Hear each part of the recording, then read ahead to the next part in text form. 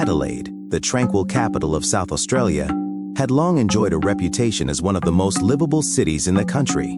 With clean air, low crime rates, and a strong sense of community, it was a place where people felt safe, where children rode bikes through quiet suburbs and neighbors trusted one another. But beneath the surface, something sinister had begun to stir. Starting in the late 1970s, a string of disappearances and gruesome murders shook the foundations of this serene city. The victims were young males, aged between 14 and 25, who vanished without a trace. Their families were left desperate for answers, and when the bodies were finally discovered, they revealed signs of horrific abuse, sexual assault, torture, and, in some cases, inexplicable surgical procedures that pointed to someone, or some group, with both medical knowledge and a chilling disregard for human life. The media soon dubbed the spree the family murders, not only due to the interlinked nature of the crimes, but because of the unsettling theory that a group, a so-called family operating in secret, was responsible.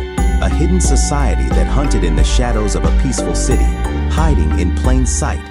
They were young men whose lives were abruptly cut short, victims of an invisible menace still largely unanswered for. Their identities and stories are more than entries in police records. They are lasting reminders of a darkness that once shrouded Adelaide. These are the 5 officially recognized victims of the family murders, each one a tragedy, each one a ghost still haunting a city that never got closure. 1. Alan Arthur Barnes, age 16, missing June 1979. Alan was shy and well-liked, a typical teenager from a suburban Adelaide family. He disappeared on his way to visit a friend. A week later, his body was discovered near the South Para Reservoir. Investigators determined that he had been drugged with strong sedatives, abused, and discarded. 2. Neil Frederick Muir, age 25, missing August 1979. Neil had struggled with personal issues but was reportedly turning his life around. His mutilated remains were found stuffed in a plastic drum floating on the Port River. The precision of the dismemberment led police to suspect that the killer possessed medical or anatomical knowledge. 3. Peter Stogneff, age 14, missing 1981. Peter vanished while on his way to visit his grandmother. His scorched skeletal remains were found in the suburbs. Because of the condition of the body, the cause of death couldn't be determined, but striking similarities to previous victims linked him to the family murder series. 4. Mark Andrew Langley, age 18, missing February 1982. Mark disappeared after a night out with friends. His body was found in bushland on the outskirts of Adelaide. A surgical incision along his abdomen, with a portion of his small intestine removed, suggested the killer had medical training. 5. Richard Dallas Kelvin, age 15, missing June 1983. The son of a prominent radio host, Richard went missing while walking home. After 5 weeks, his body was found, showing signs of long-term captivity, sedation with multiple drugs, and repeated assault. This case led to the arrest and conviction of Bevan Spencer von Einem.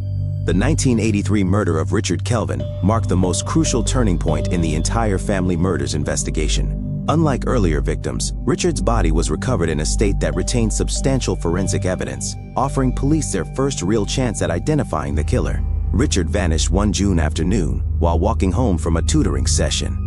He was the son of Rob Kelvin, a well-known Adelaide broadcaster, and his disappearance generated widespread public attention. Over a month later, his body was discovered in a remote area approximately 40 kilometers from the city.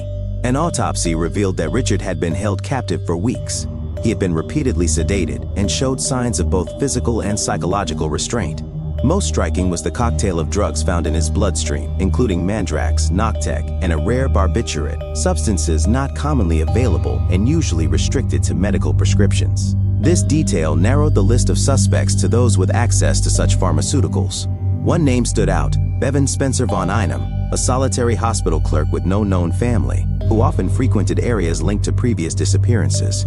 Several witness reports and a vehicle description matching his car brought the investigation to his doorstep. During a police search of his home, authorities found bottles of the same sedatives found in Richard's body. More disturbingly, they uncovered detailed written notes, pages filled with observations of young men, descriptions of habits, routines, and bizarre anatomical comments, things only someone with direct and intimate contact could have known. Von Einem was arrested in November 1983.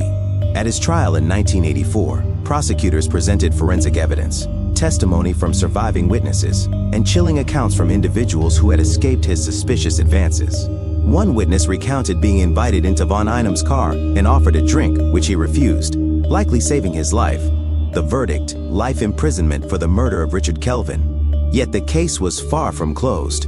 During police interviews, von Einem hinted at the existence of friends, powerful men with wealth, influence, and shared interests.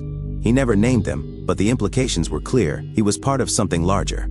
That something became known as the family, an alleged secret network that may have orchestrated one of Australia's most chilling unsolved crime sprees.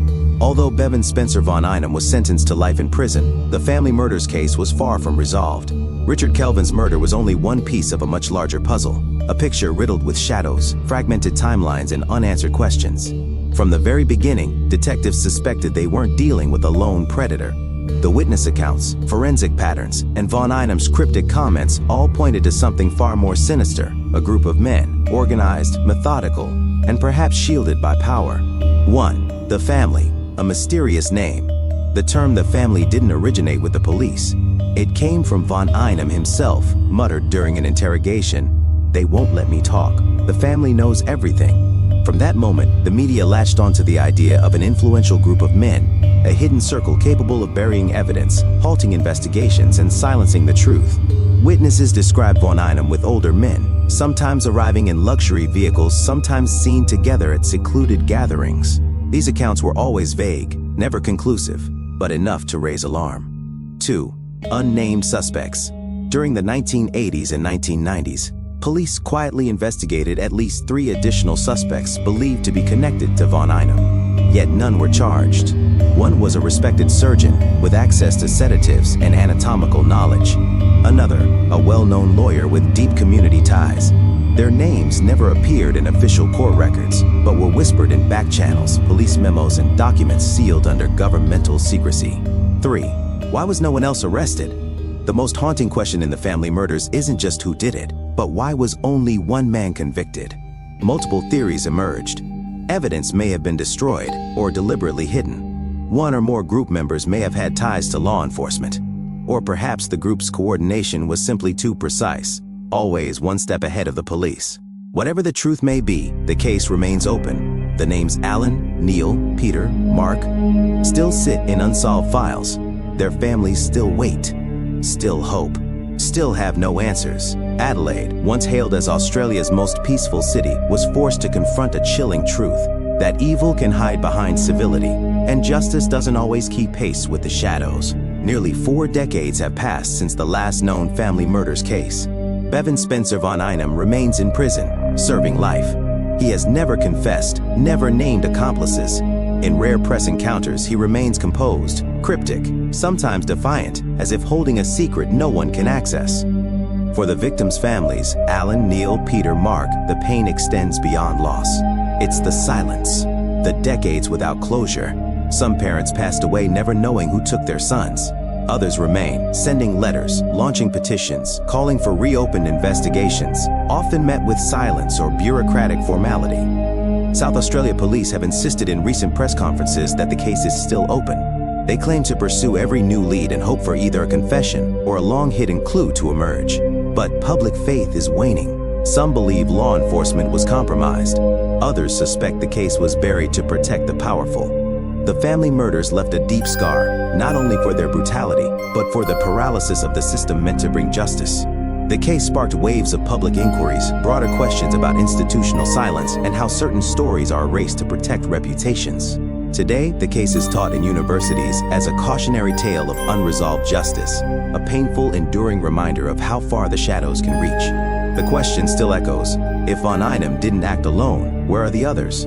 And if the truth remains buried, can we still call it justice?